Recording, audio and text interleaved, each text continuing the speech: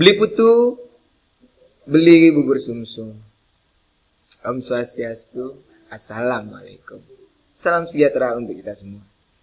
Di sini kami dari kelompok 3 akan membawakan sebuah materi yang berjudul Planning a Call and Making Appointments. Ya. Sebelum kita memasuki materi, alangkah baiknya kita memperkenalkan anggota kelompok kami terlebih dahulu. Yang pertama ada Niluh Putu Nina Apriliani nomor absen 1. Yang kedua ada Nanda Sagita Puspita Sari nomor absen 5. Yang ketiga ada Niwayan Puspita Dewi nomor absen 11. Dan saya sendiri, Ketut Gedera Nurtama nomor absen 19. Yang kelima ada Haizatul Fauzia nomor 25. Adapun latar belakang dari materi yang kami akan bawakan, yaitu berkunjung ke klien untuk melakukan penjualan itu merupakan pengalaman yang sangat menegangkan yang akan dilalui oleh seorang sales people. Karena adanya banyak ketidakpastian, seperti kita tidak tahu apakah orang yang akan kita temui itu ramah atau tidak kepada kita. Kita juga tidak akan tahu apakah orang yang akan kita temui bersikap helpful atau bahkan kejam, seperti memberikan pertanyaan-pertanyaan sulit yang akan merontokkan semangat kita. Dan kita juga tidak tahu apakah ketika kita akan meninggalkan kantor mereka, kita akan meninggalkan sebuah janji, sebuah pesan, atau bahkan tangan kosong. Arahnya kebanyakan penjual tidak mempersiapkan diri dengan baik untuk sebuah kunjungan penjualan. Maka dari itu diperlukan sebuah planning call atau rencana kunjungan. Rencana kunjungan ini merupakan salah satu poin penting untuk menciptakan atau menumbuhkan loyalitas pelanggan. Rencana penjualan atau planning call ini merupakan strategi distribusi atau distribution strategi untuk mengelola sebuah wilayah pemasaran. Ada beberapa langkah yang dilakukan sales people untuk planning call training. Seperti membuat janji kepada customer. Membuat janji kepada customer mungkin suatu hal yang sangat penting bagi customer. Karena customer menjadi tahu bahwa hari ini akan ada beberapa salesman yang akan datang untuk melakukan kunjungan penjualan. Adapun pokok materi yang kita akan bahas pada pagi hari ini, yaitu ada definisi planning sales call and appointment.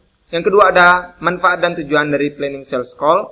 Yang ketiga ada keuntungan dari planning sales call. Yang keempat adalah langkah-langkah yang akan dilakukan dari planning a sales call. Yang kelima ada membuat appointment. Hal yang perlu diperhatikan dalam membuat appointment. Yang keenam ada cara membuat janji lewat media komunikasi atau telepon. Adapun definisi planning sales call dan definisi making appointment. Yang pertama ada definisi planning sales call.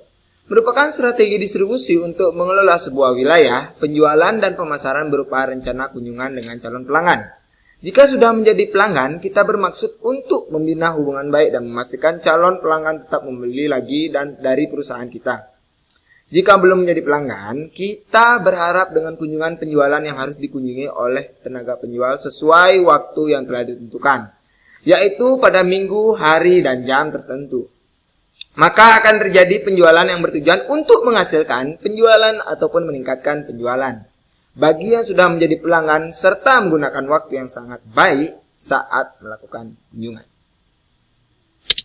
Adapun definisi dari making appointment. Making appointment merupakan pembuatan janji temu dengan calon pelanggan. Seorang sales harus membuat janji terlebih dahulu sebelum melakukan demo produk kepada calon pelanggannya. Hal ini bertujuan agar seorang sales bisa lebih siap menjelaskan secara detail dan menyeluruh tentang produk yang hendak ditawarkan, serta bisa melakukan pendekatan secara efektif dan efisien terhadap calon pelanggannya. Manfaat dan tujuan planning sales call. Yang pertama ada manfaat planning sales call. Sales call ialah kunjungan ke calon pelanggan atau ke pelanggan kita. Jika sudah menjadi pelanggan, kita bermaksud untuk membina hubungan baik dan memastikan tetap membeli dari kita. Jika belum menjadi pelanggan, kita berharap dengan kunjungan penjualan atau sales call ini, maka akan terjadi penjualan. Adapun manfaat dari perencanaan sales call sebagai berikut. Yang pertama, menumbuhkan kepercayaan diri. Kita sudah memiliki poin-poin penting yang akan dibicarakan dan membuat pembicaraan terarah. Ini akan meningkatkan kepercayaan diri kita. Yang kedua, memiliki fokus. Dengan adanya perencanaan, kita akan lebih fokus membicarakan hal-hal yang ingin kita bicarakan. Yang ketiga, lebih fleksibel. Dengan membuat perencanaan sales call, kita dapat membuat skrip-skrip arah pembicaraan. Ini akan membuat pembicaraan lebih fleksibel. Yang keempat, meningkatkan profesionalisme. Karena kita menguasai apa yang kita bicarakan, maka akan terlihat profesional. Yang kelima, memiliki tujuan. Dengan membuat perencanaan, maka kita dapat menetapkan tujuan dari sales call. Yang keenam, meningkatkan hubungan baik dengan calon pelanggan. Pembicaraan yang tertata dengan rapi akan membuat kualitas pembicaraan baik. Dengan demikian, maka tidak akan membuang waktu calon pelanggan kita. Yang ketujuh, meningkatkan penjualan. Sales call yang direncanakan dengan baik memiliki peluang untuk mendatangkan penjualan. Selanjutnya, tujuan planning sales call. Pengertian sales call ini lebih tepat adalah kunjungan kepada prospek atau pelanggan kita dengan tujuan untuk menghasilkan penjualan ataupun meningkatkan penjualan bagi yang sudah menjadi pelanggan kita. Karena waktu merupakan set yang penting bagi pelanggan atau calon pelanggan. Kita harus menggunakan waktu yang baik saat melakukan sales call atau kunjungan ke calon pelanggan kita. Salah satu aspek supaya dapat menggunakan waktu yang baik dalam sales call adalah perencanaan. Kita mempersiapkan tujuan kunjungan ini dan juga apa saja yang akan dibicarakan. Di era seperti sekarang, ada suatu metode yang dapat mempermudah dalam menetapkan target, rencana, dan tujuan, yaitu metode SMART Goals. SMART merupakan kependekan dari Specific, Measurable, Achievable, Relevant, dan Time-bound. Harapannya, dengan menggunakan metode SMART, mereka dapat lebih terarah untuk mencapai target yang ingin diraih. Tahapan-tahapan dalam menyusun SMART Goals bagi berikut. Yang pertama, spesifik atau khusus. Saat memiliki target ataupun rencana, perlu menetapkan target yang spesifik. Buat target secara detail, jelas, dan dapat dipaparkan dengan baik. Artinya, suatu target yang secara khusus bukan target yang dapat ditentukan secara umum. Seperti contohnya, target umum, saya harus lebih sering melakukan investasi.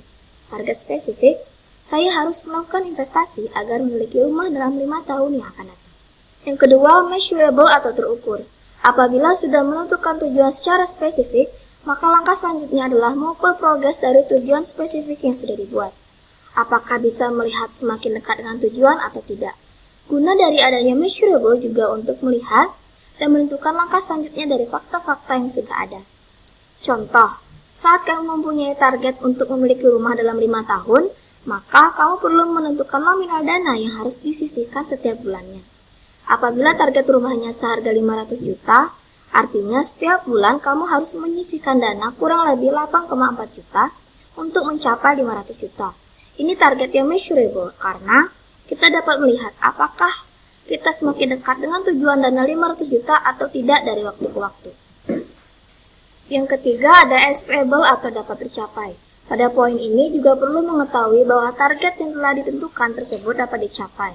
Artinya, target ini tidak boleh terlalu mudah, tetapi juga tidak boleh terlalu sulit. Dengan adanya achievable ini, kamu dapat menilai apakah tujuan yang telah kamu buat tersebut dapat dicapai atau tidak. Apabila tidak, maka kamu bisa menetapkan tujuan lainnya. Contoh, kamu melakukan investasi 10% per bulan dari total pendapatanmu. Target yang telah kamu buat adalah 20% per bulan.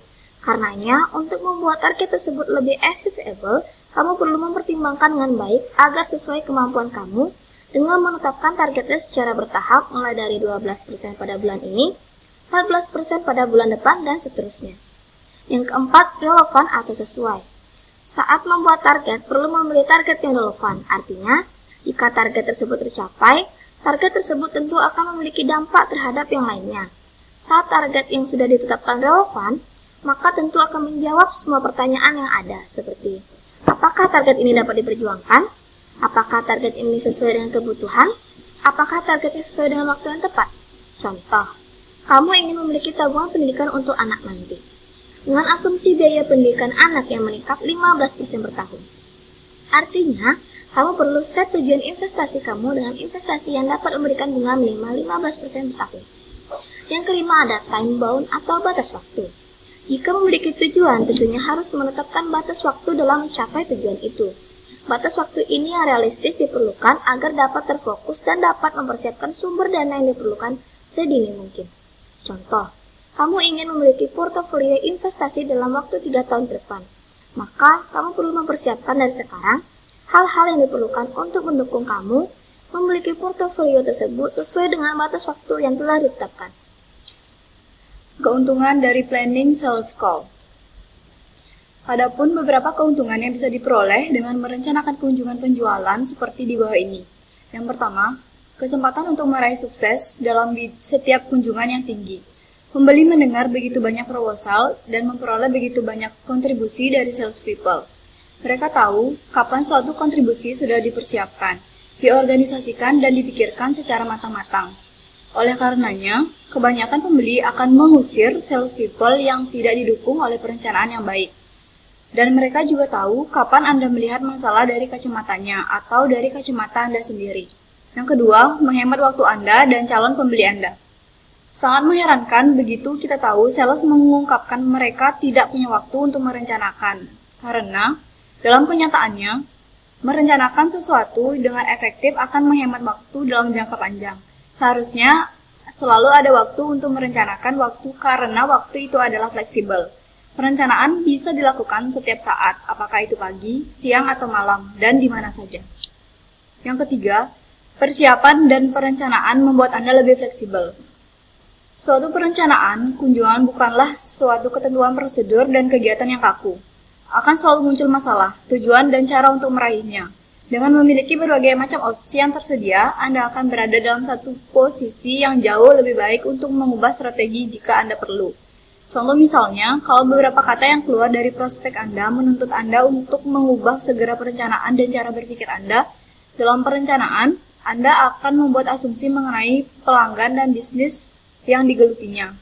Tulislah asumsi ini dan selalu cek selama Anda melakukan kunjungan penjualan. Tetaplah fleksibel. Keputusan untuk membeli dibuat dalam benak pembeli, bukan dalam benak Anda. Yang keempat, kemampuan untuk membuat hubungan jangka panjang dengan pembeli akan meningkat. Pembeli adalah manusia juga seperti Anda dan saya.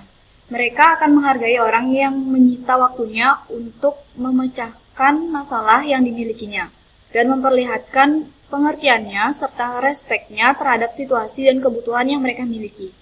Memiliki suatu perencanaan juga merupakan tanda akan keinginan masa depan yang hendak dibentuk, serta cara yang hendak Anda tumbuhkan untuk meningkatkan kontak sebagai hubungan bisnis dengan mana suatu masalah dipecahkan dan keinginan bersama-sama bisa dipuaskan. Dalam pembuatan rencana ini, Anda memiliki pemikiran tentang bagaimana Anda akan menciptakan tingkat kepercayaan dan kerjasama dengan mana hubungan tersebut bisa dimungkinkan. Yang terakhir, kepercayaan diri Anda akan meningkat. Selling adalah suatu permainan yang menakutkan, tetapi tidak ada yang mampu meningkatkan kepercayaan Anda kecuali Anda mampu menguasai diri Anda sendiri. Dengan melakukan persiapan sebelumnya akan memberikan Anda kepercayaan diri yang tinggi untuk membawa proses konsultasi kembali kepada isu-isu yang penting, jika Anda melihat proses ini menyimpang dari arah yang Anda inginkan. Sebaliknya, dengan kepercayaan akan sangat membantu Anda untuk fleksibel dan mendengarkan pelanggan Anda. Langkah-langkah dari planning sales call. Langkah yang pertama, setting objektif atau menetapkan tujuan kunjungan. Tujuan berkunjung bervariasi dan akan tergantung pada kondisi dan tingkat hubungan yang ada antara individu dengan pelanggan secara ideal. Ada 3 jenis sasaran yang hendak diraih, yaitu sasaran yang pertama, sasaran yang secara spesifik. Contohnya, memastikan apakah pelanggan memiliki pemahaman yang jelas akan keunggulan kompetitif dari model baru yang kita miliki, ketimbang hanya memperlihatkan pelanggan akan model lama yang kita miliki. Sasaran yang kedua yaitu sasaran yang dikuantitatifkan. Contohnya, mendapatkan komitmen untuk pembelian sebanyak 5 kontainer komputer ketimbang dengan hanya untuk mendapatkan objek. Sasaran yang ketiga, sasaran yang realistis. Contohnya, mendapatkan persetujuan akan kenaikan 15% dari harga sebelumnya atas 4 unit produk baru. Langkah selanjutnya yaitu obtaining free call information and developing a customer profile. Memperoleh informasi prakunjungan dan mengembangkan profil pelanggan.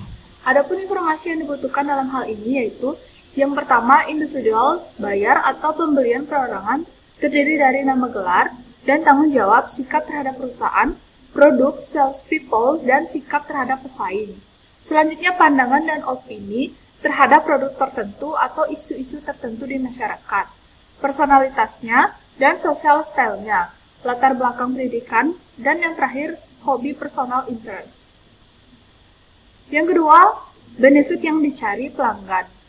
Yang ketiga, situasi pembelian. Yang keempat, kebijakan perusahaan. Dan yang terakhir, alasan utama pemilihan pemasok yang ada. Langkah selanjutnya, preparing a call format atau mempersiapkan format panggilan.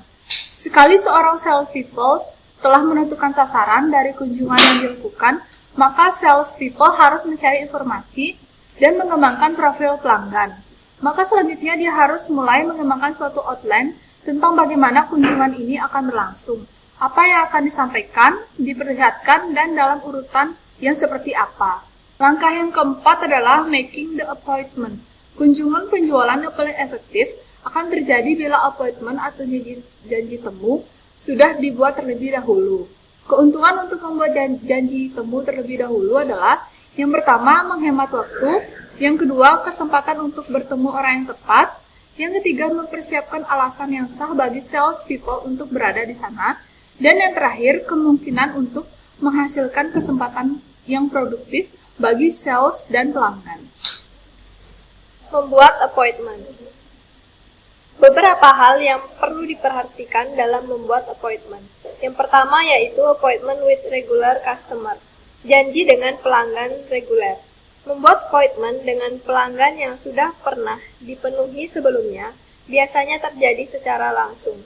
Dan Anda pasti sudah diketahui dan biasanya menjadi catatan atas kunjungan-kunjungan sebelumnya. Yang kedua yaitu appointment with prospect atau janji dengan prospek. Pendekatan yang berbeda diperlukan saat bertemu dengan prospek untuk pertama kali. Prospek biasanya adalah orang sibuk yang tidak memiliki waktu dan maksud untuk bertemu atau berkunjung baik secara langsung ataupun lewat telepon. Yang ketiga yaitu seeing the right person atau melihat orang yang tepat. Jika Anda mampu membuat kontak pertama dengan orang-orang pada level atas, maka Anda akan lebih mudah juga untuk mendekatkan diri pada orang-orang yang berada di level bawah. Yang terakhir yaitu choosing the right time, yaitu memilih waktu yang tepat. Ada dua peraturan yang harus diperhatikan. Yang pertama yaitu saat-saat jam kerja bukanlah saat yang tepat untuk melakukan kunjungan penjualan, yaitu pada jam 7.30 sampai jam 9.00. Yang kedua yaitu pada Senin pagi dan Jumat sore. Bukanlah waktu yang tepat untuk melakukan kunjungan, di mana biasanya perusahaan akan mengadakan rapat di saat-saat itu. Membuat janji lewat telepon. Walaupun memungkinkan membuat janji atau appointment dengan perantara orang ataupun surat, tetapi hal tersebut sangat tidak efektif karena yang pertama sangat menyita waktu bagi para sales untuk mendatangi atau membuat surat tersebut. Yang kedua yaitu banyak menyita waktu dan kecil kemungkinan untuk meraih sukses karena kita tidak dapat berbicara langsung dengan orang yang kita tuju. Dalam membuat janji melalui telepon, ada beberapa hal yang perlu kita perhatikan. Salah satunya yaitu telepon manners atau tata krama dalam bertelepon. Dalam hal tersebut, kita tidak hanya serta-merta kita menekan tombol lalu berbicara saja. Namun, ada beberapa tata krama yang perlu kita perhatikan, yaitu mengucapkan salam dan memperkenalkan diri lebih dahulu. Contoh kita mengucapkan halo, selamat pagi, selamat siang, selamat sore, selamat malam. Kita memperkenalkan diri kita, nama kita, dan instansi dari mana kita berasal. Selanjutnya itu menggunakan bahasa yang formal, baik dan sopan. Berguna agar tidak ada kesalahpahaman arti dari lawan bicara sehingga mengetahui maksud dan tujuan dari tema pembicaraan. Yang selanjutnya yaitu tidak berbicara dengan orang lain selagi kita menelpon. Kita harus fokus pada satu pembicaraan saja agar tidak ada kesalahan dalam berbicara. Tidak berbicara sambil makan atau mengunyah permen. Jika kita berbicara sambil makan, maka suara kita akan terdengar kurang jelas dan bahkan dapat membuat kita tersedak karena kita sambil berbicara. Berbicara tidak terlalu banyak basa-basi. Jika terlalu banyak basa-basi, mungkin orang yang akan kita telepon merasa bosan atau merasa tidak tertarik dengan apa yang kita bicarakan pada saat itu. Tidak berbicara dengan nada kasar, apalagi membentak. Membuat kesan seperti marah dan membuat lawan bicara kita akan merasa dimarahi, sehingga dia akan mengakhiri pembicaraannya. Mencatat pesan atau pembicaraan. Semua pesan wajib dicatat agar kita tidak lupa apa yang akan disampaikan. Selanjutnya, sampaikanlah pesan kepada orang yang dituju si penelepon.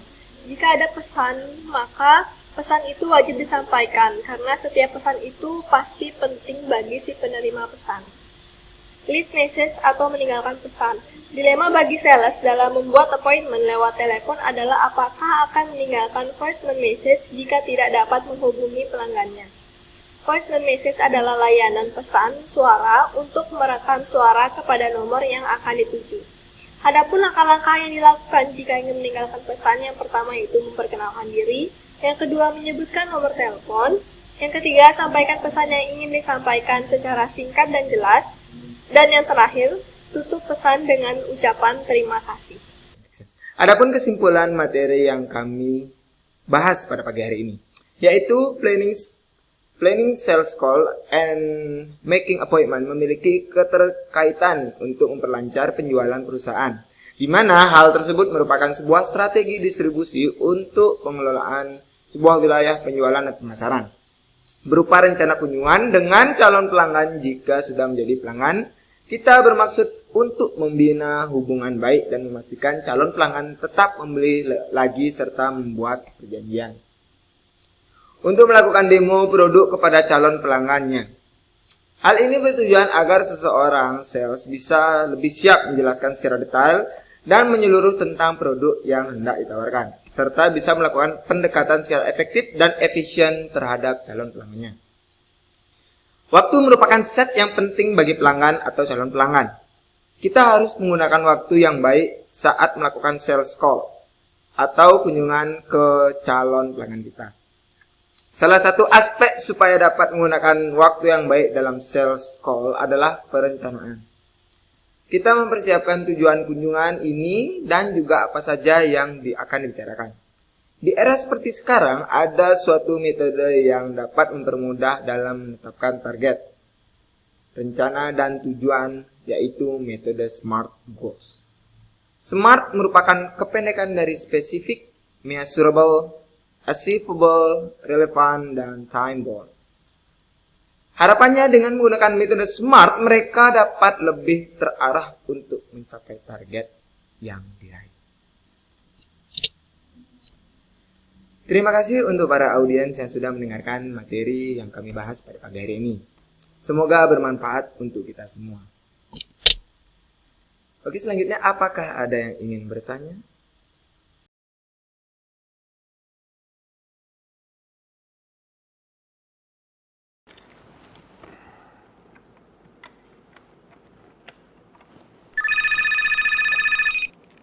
Halo, Halo, siang Pak Doni.